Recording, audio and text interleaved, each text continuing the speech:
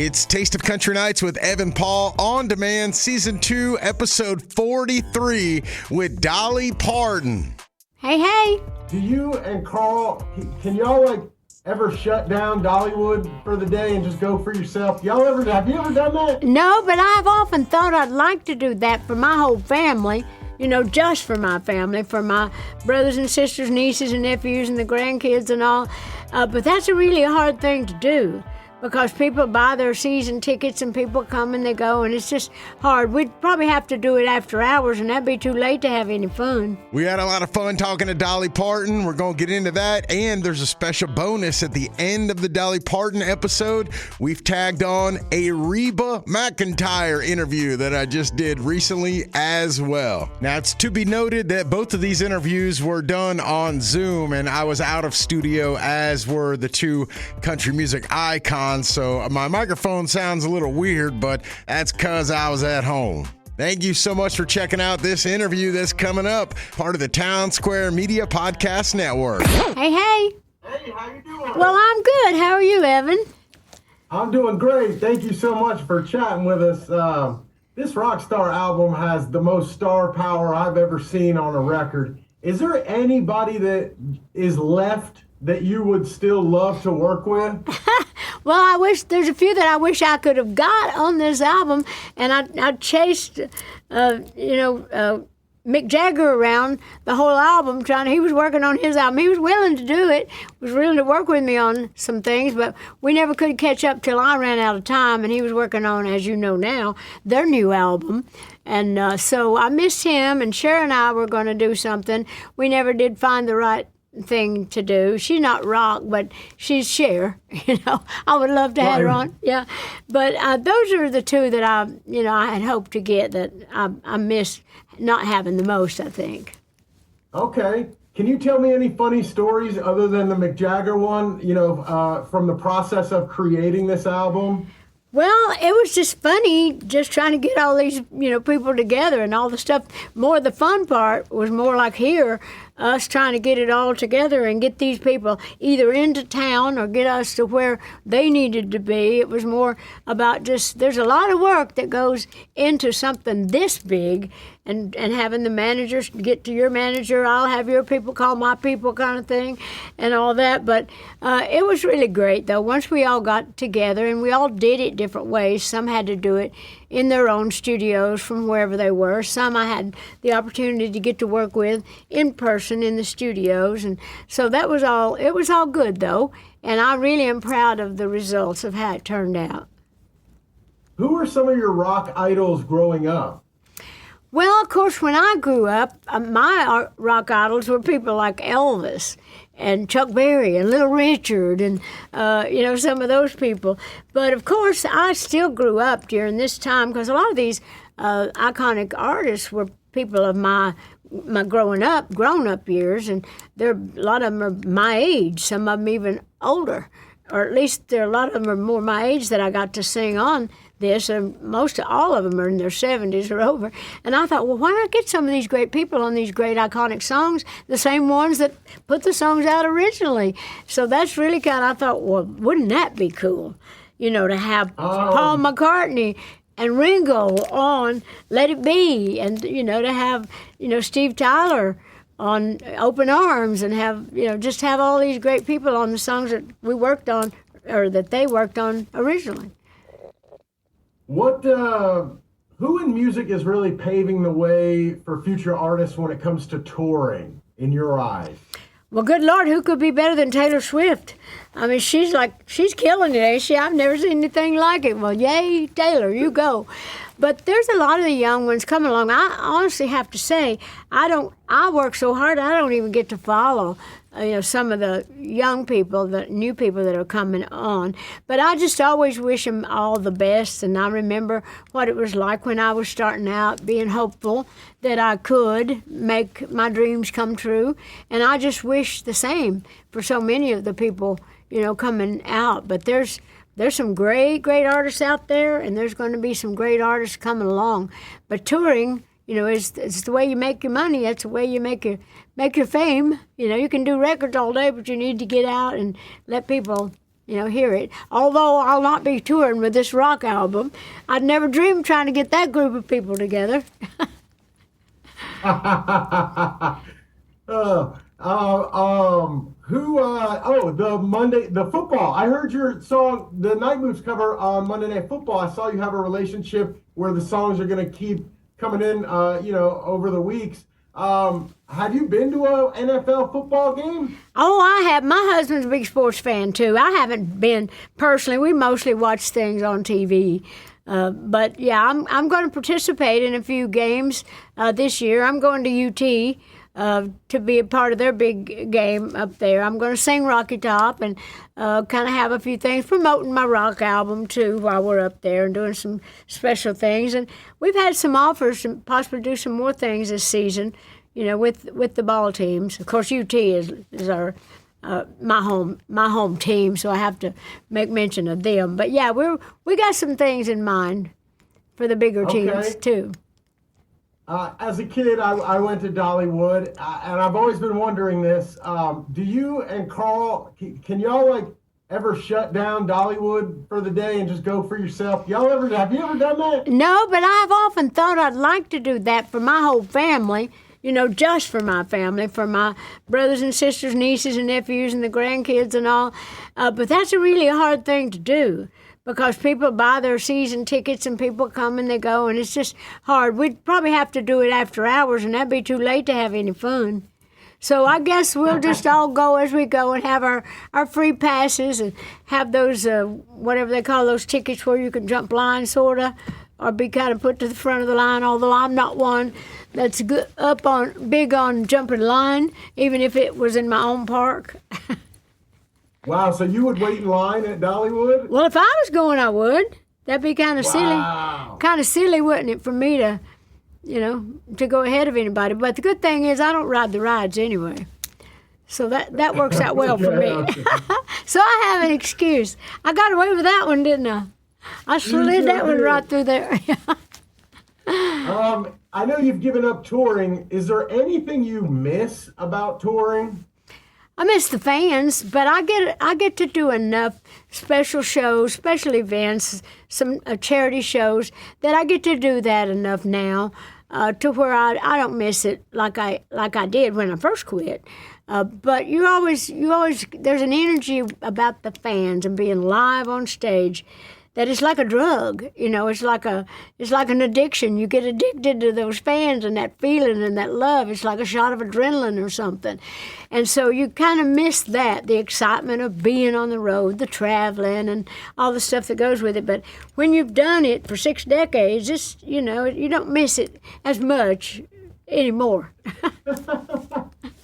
What's the difference in recording an audiobook as in recording vocals for an album? Oh, it's a world of difference. Because when you're recording a song, you've got the emotion and all that. But when you do a book, you've got to do it exactly like it's written.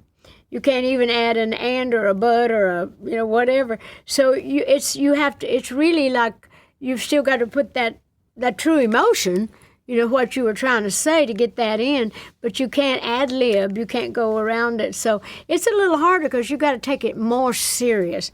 You got to be more focused when you're doing an audio for a book than you do when you sing, because you can just do whatever you do. If you're a singer and somebody like me I just do my phrase and just sing it however I want. Come in and do little ad-libs and all kinds of stuff, but no, not with a book. You got to put it down the way people kind of read it out of the book. Is there a folder somewhere of outtakes from you doing your audiobook? I'm sure there is. There's bloopers everywhere of me being on camera and me being everywhere. Oh, yeah. I make a lot of mistakes and I have a lot of fun.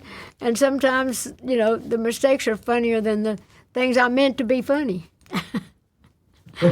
Let's talk about the book, Behind the Scenes, Life in Rhinestones. You revealed a lot about your fashion choices in the latest book. Is there anyone that you regret a fashion choice over the years ever? Oh, I just look back. I didn't at the time.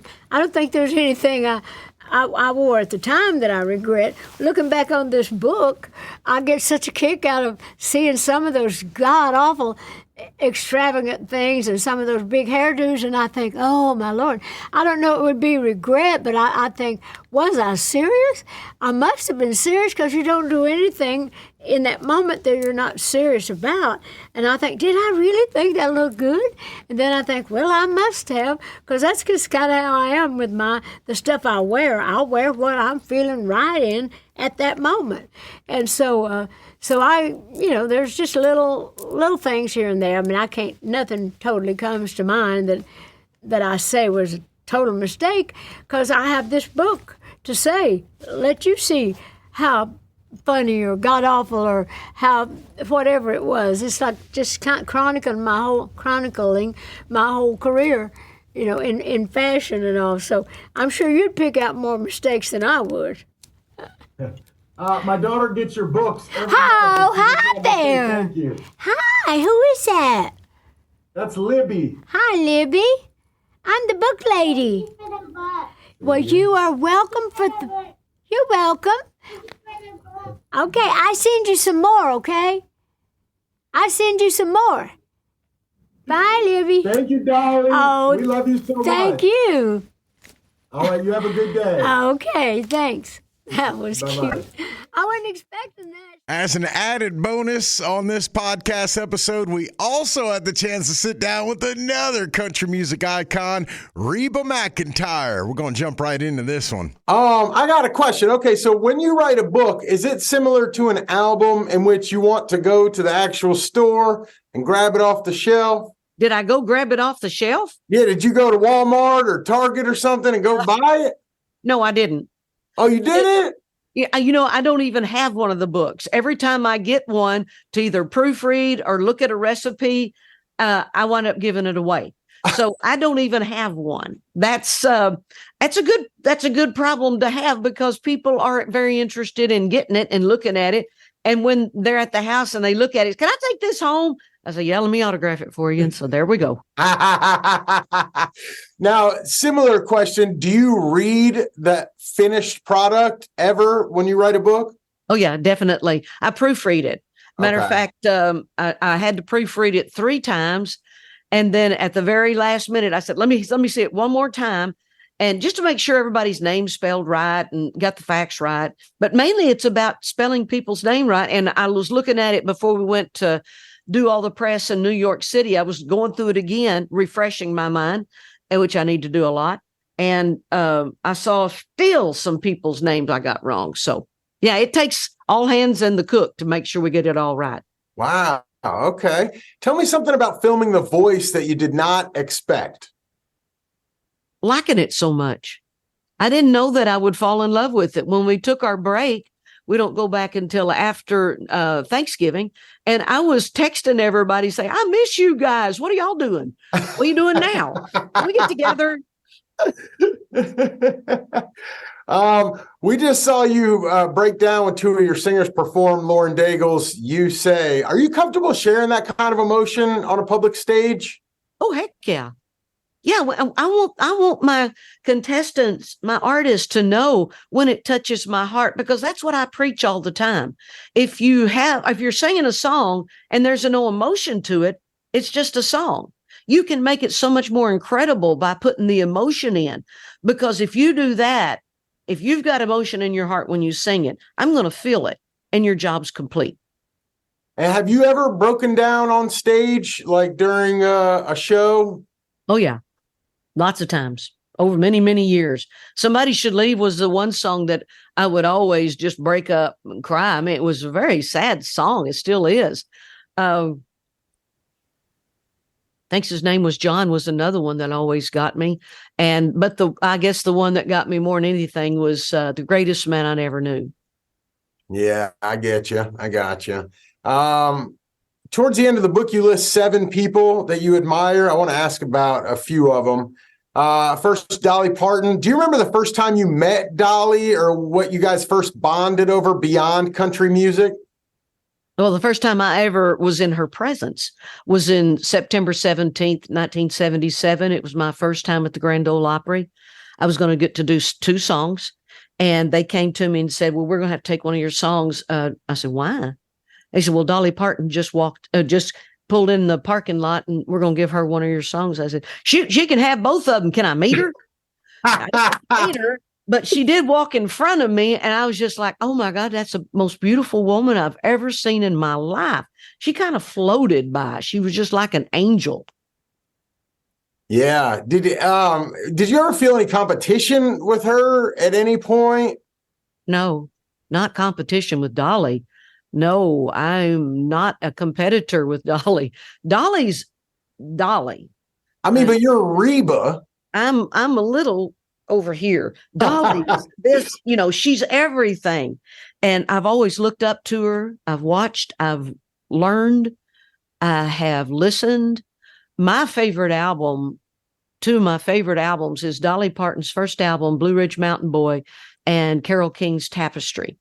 I love story songs. I love the intimacy and them telling you a private story about their lives through a song. And okay, Garth Brooks. How good are you at spotting star power and new artists? Like, did you know that as soon as you saw Garth, he was going to be Garth? I didn't know he was going to be Garth, but I did know he has something special. He opened for me in Des Moines, Illinois. And we were kind of like at a fair, and Jim Hammond, my tour manager at the time, came into my dressing room. He said, "You're not going to believe this guy's opened the show for you. He's from Oklahoma."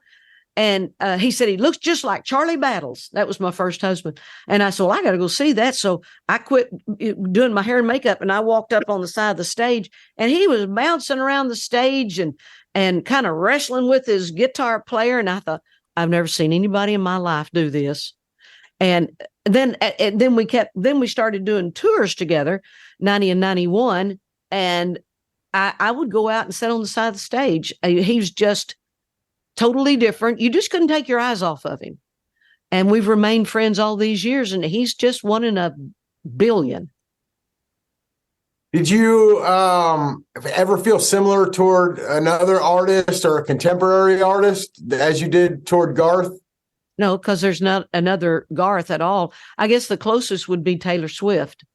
You watch her. First time I ever saw Taylor Swift perform was on the ACMs, and she did Tim McGraw, the song, and she was singing right to Tim McGraw and Faith Hill, sitting there in the audience, playing a guitar, walking down the steps to go into the audience playing her guitar. And I thought, holy crap, she's new and she's doing all this. I was totally amazed with her, like Garth. How do you feel about Taylor touring now? Like, is it just incredible, isn't it? It is incredible. And the money she's giving back. I can't wait to go see the movie. That's what I'm waiting on. I want to get a day off and just go sit in the movie theater. All right, let's talk about Rex Linn. Has being with him inspired you to pursue acting a little bit more? Well, we love working together. We did The Hammer together. We did Big Sky together. And we love working together. He's, because of the SAG-AFTRA strike, he hasn't worked since last December. And he's trying to stay busy, keeping a great attitude. I'm so proud of him, but we're ready to get back to work. But this was a very important thing to do, is for SAG-AFTRA to strike. We need to get more money for the actors and get the AI situation more fair for everybody. What do you think Rex is waiting on? You think he's going to propose? You think he's going to do it? I told him if he wanted to get married, that's up to him totally. He doesn't seem pressured one way or the other. We get along so well. We have fun. We love to travel together. Now, if you can do a road trip with a person and not get in an argument and still like each other when you get to your destination, that's a pretty good partnership right there. And we've done it several times. So we love the same things. We grew up in Oklahoma. He started in Texas. I don't hold that against him. But if we love all the same things and we're close in age. So when I say, oh, you remember Bewitched back when we were kids? He said, oh, I had a crush on Elizabeth Montgomery. We can talk about things. It's a lot of fun. Are there any other acting projects for you now that the strike is over in the works that you can talk about? Well, when the strike gets over, Okay. the writers is finished, but the actors is still in progress. There's a lot of things. We had a lot of things in the works before the strike. So hopefully they'll continue and we can get back in there in front of the camera. Okay. I didn't realize you had 7 grandkids and a great grandson. What do they call you? Well, they don't call me often. They're my step grandchildren and great grand. So they're cute as a button. I don't see them regularly at all, but I hope they know I love them. All right, and one final one. Are you the stern grandma or are you the grandma that spoils? Well, I'll tell you this. I can relate that question more to my grand dogs. I am the spoiler. Shelby let me keep Watson one time, and he said, now here's his treats. And it was a 2-day stay at my house. And when Shelby got back, he said, okay, so how much treats are left? And I said, oh, we ran out yesterday. He said, Mom, that was supposed to last him for the week. I said, oh, sorry. Well, thanks, Reba. We love the book. Very, very well done. Thank you very much for taking time. Oh, thank you so much. It's good visiting with you. You as well. Talk soon. Okie doke. Bye-bye. All right, bye-bye. Let's bring in Billy Dukes to analyze these interviews here with 2 country music icons that we had. Both of these were pretty outside your wheelhouse here. Were you kind of shaking like a leaf before they hopped on? I was, yes. The Dolly Parton one, I had to do both of them. I did from my house, I believe. The Dolly Parton one was huge because my daughter, who's 4, is a huge Dolly Parton fan because of the Imagination Library books. And so she blocked out space to talk to Dolly Parton, as she says. So, at the end, that's where you hear that 30 seconds of her going, thanks for the books. Thanks for the books. I was really nervous though, man. I didn't really know with either of them how it would go. And particularly the beginning of the Reba one threw me off because she didn't really understand my first question. And I was like, oh boy. No, she didn't. I think you asked her if you're trying to ask her if she went and bought her own book.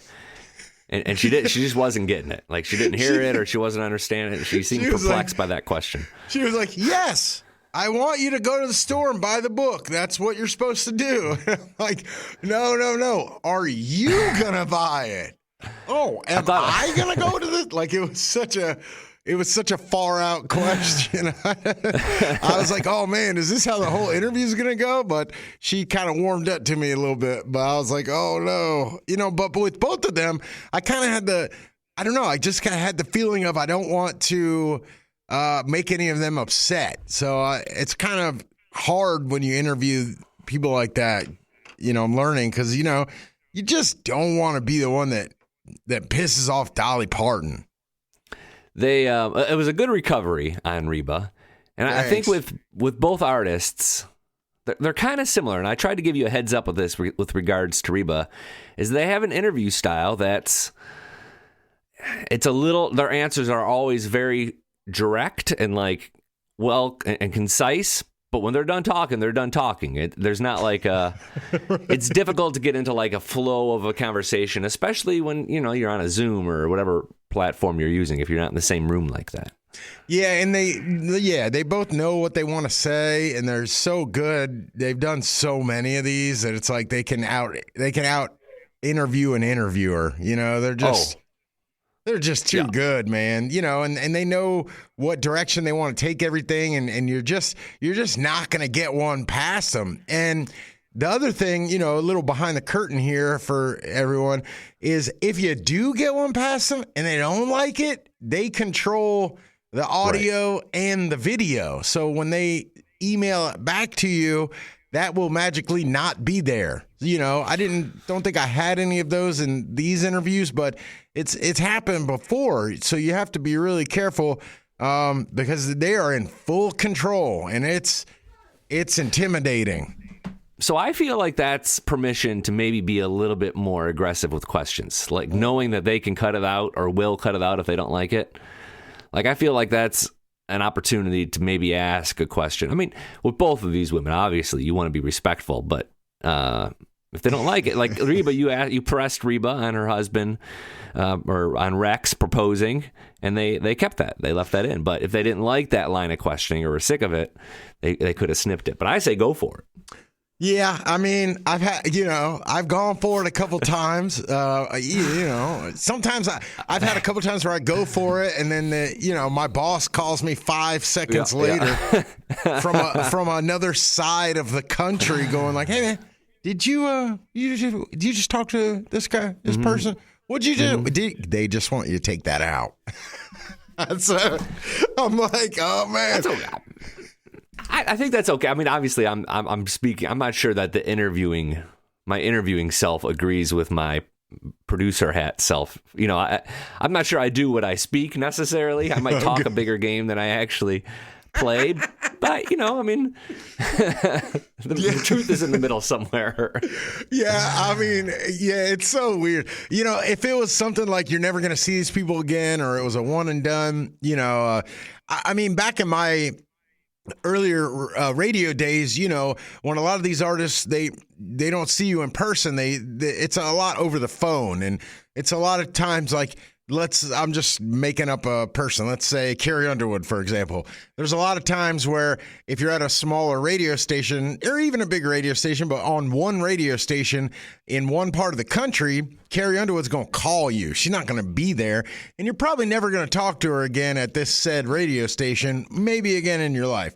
So you're at least for me, I was a little bit, able to ask questions that were a little bit bumpy per se, because I knew like I'm at a radio station in Oregon, and Carrie Underwood's never gonna see, so but here I find that I run into these people all the time, and they're label people, so it's like it throws an interesting crowbar into the mix a little bit, because it's like if you start interviewing people rogue, then that record label's not going to give you other people. So Dolly, she kind of did what we're talking about here. At one point during the interview, she sort of bumped you back on track, and she brought it back around to her album. I forget what you were asking her about. Maybe it was when you were kind of asking her about her love for Taylor Swift, but then she kind of got back to touring and the Rockstar album. It's like she sort of nudged you back on the sidewalk. Yeah, she's like tugboating me over there a little bit. Like, here's where you want to be there, buddy.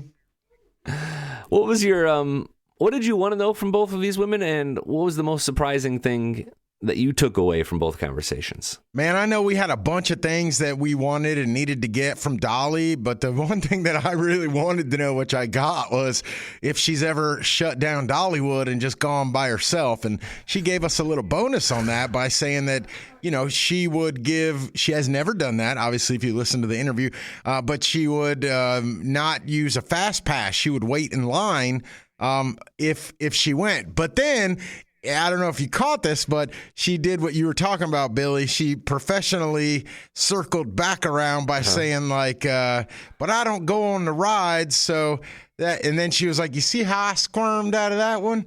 So like she knows how to squirm out of questions. Like she can say she'll wait in line because she knows that she doesn't ride the rides, and that's never going to happen. So like she's smart enough to work ahead in that aspect, which is just brilliant. Yeah. How about Reba? I know we had a lot for her as well. Was there anything that you were excited to get to? With Reba, I really wanted to know more about the grandkids, since it's from severed relationship with Kelly Clarkson and is that her stepson, Brandon Blackstock? Yes. Something like that. That gets confusing to me. She more or less raised him, but yes, that is her ex-husband's son. Yeah, see, I wanted to get a little bit more about the kids, but she kind of brushed it off with, well, they don't call me, but I wish I could have heard a little bit more about that and Kelly Clarkson and stuff like that. But I understand why she didn't want to, necessarily get into that. and a lot of times she was promoting her book, and Dolly was promoting her book and her album. And like you said, they want to stay on that track, but they also want to give you a little bit, of what you need because you're helping them promote. So it's kind of a give and take a little bit. I thought that Reba in particular offered some pretty good anecdotes, like her thoughts on Garth Brooks and him opening for her in Illinois, and someone saying that it looked like her first husband, Charlie Battles, was interesting to me. And then both of them really kind of gushed on Taylor Swift as being sort of the artist of all artists. And Reba talking about Taylor's performance at the ACMs that year. It was cool to hear her perspective on a moment that we all watched on television. Well, here's my question for you. Do you think if Taylor Swift were to hear about that, is she shocked, or is she like bigger than them now? Or she's like, oh, cool, Dolly and Reba think I'm great. That's nice. Or, I wonder that. I think Taylor would be very honored. Like, I think that would be a big deal for her. I don't think Taylor, she's always come across to me as someone who's fairly humble, and like you even hear like normal everyday stories from her. For example, like Priscilla Block, an artist that we play a little bit of. She shares this story of not too long ago, 3-4 years ago. She was just walking around downtown Nashville or Music Row or something, and she had a Taylor Swift t-shirt on, and Taylor Swift pulled up in the car and saw her t-shirt and said, hey, nice t-shirt, hop in, let's go for a ride. And like Priscilla Block wasn't anybody at that point. She didn't have a deal or any songs cut. She wasn't big on TikTok yet. Like, she was just a girl in a Taylor Swift t-shirt that Taylor just cruised around town with for 10 minutes or whatever it was. I didn't know that she actually got to get in the car and cruise. Really? That's the way I remember the story. Yeah. That's cool. Don't fact check me on that, I guess. But so yeah, I think Taylor would still think it's a pretty big deal, but she might also be like, yeah, you're kind of right. I am out here crushing it in these streets. But it's funny, though, in asking those questions to those two ladies, I kind of knew what their answer was going to be. It's kind of like if you ask that question to anybody right now, I feel like everyone's going to say Taylor Swift. Here's the part that surprised me a little bit more is when you asked her about meeting Dolly or just being aware of Dolly, like it was pretty clear she idolized Dolly even then, which is kind of surprising because Dolly wasn't really Dolly. Like, this is maybe the late 70s, early 80s. Dolly was a star, but I think this was pre 9 to 5. Like, she wasn't how we know her. She wasn't the book lady. She didn't have Dollywood yet. Like, she was just like maybe almost like maybe even like a Miranda Lambert or a Carrie Underwood of the time, which is big, but not like iconic at that point. But Reba certainly saw her as an icon even then. Yeah, that's interesting. Yeah, the way she was talking about her was just I was shocked by she remembered the exact date. Like, she was like, it was blah blah blah and blah blah blah, and she walked by me like an angel. And then it got me thinking, like, did Dolly Parton really pull up in the parking lot in her own car and be like, hey, I want to play the Opry or wherever they were, or was it like Dolly's bus pulled up, or was Dolly just riding through the neighborhood and was like, hey, let me go play?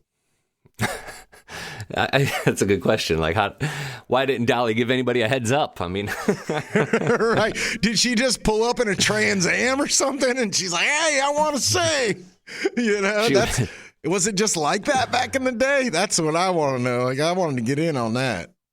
Dolly and Carl were out having dinner at the Dave & Buster's, and she thought, you know what, I got an itch, Carl. Keep the car running. Sing a couple songs. I'm gonna go across the parking lot and sing these songs. I'll be right back. Float by this new artist named Reba. She's gonna think I'm an angel, and I'll steal one of her songs, and I'll be right back. Good interviews in both cases here. They are tough to interview because of their status, but also because their style is a little bit more Q&A style. Like, I think these interviews were more of a Q&A than necessarily like when we talk to Chris Jansen, it's like a warm conversation. Yeah. And I think it can be tough to sort of find some comfort in that and kind of keep going with your questions. But I thought you did a nice job with both of them. Thanks, man. Yeah, these were two big ones for me. So there it is. I appreciate it. All right, cool. Yeah, I'll cut it after that.